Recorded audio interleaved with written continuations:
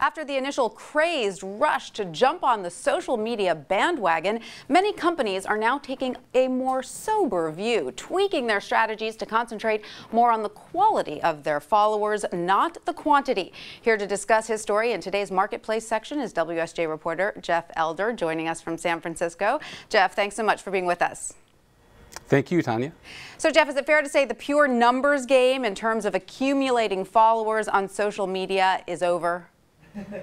Well, it should be over. That's what Gallup and the brands and experts we talk to say. Unfortunately, that's going to take a pretty big mindset.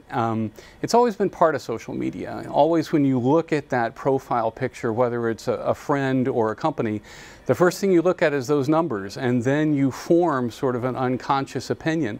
Unfortunately, those numbers in and of themselves are not really bringing any ROI. So is the main problem here, from a business standpoint, that people are really only using social media to be, well, social?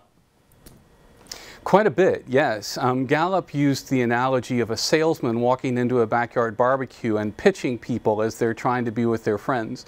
It really doesn't come off very well, and people have gotten to where they can just sort of automatically tune out what brands say. So that puts the onus on brands to be relevant, to blend into a social conversation rather than just hammering home their point because they think they have a big audience. They don't. So are there other reasons you found that some companies are growing disillusioned with social media? Well, a big one is that they felt somewhat duped into building up those big audiences. Facebook also has changed their reach several times.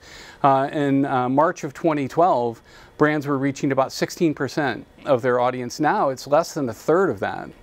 How interesting. So there are not all businesses, though, that you spoke with are subscribing to this new quality over quantity model, correct? What are some notable exceptions who say, hey, yeah, we still try to get as many as we can? Well, we talked to ABC, and they said in real time, if they can look and see X, 10,000 of people are reacting to a certain couple on Dancing with the Stars, they can at least measure that with other couples, other episodes, other themes. So they like that needle to be moved in a big way, but they are the exception. So these companies that do then want to zero in on having followers that are more useful, the sort of the quality over quantity model, what are they using their followers for then? So the best example I saw was Ritz-Carlton, the luxury hotel chain. What they realized was just having a big following didn't do anything for them. The main conversation on social media was either from their guests or, more importantly, people who were intimidated by the luxury brand. And they would say things like, I'd love to stay there, but I could never afford it. So Ritz-Carlton could reach out to those folks and say, hey, actually, we have great ways to help you, go in the off season. You can get a card that people can contribute to. You can do this and that.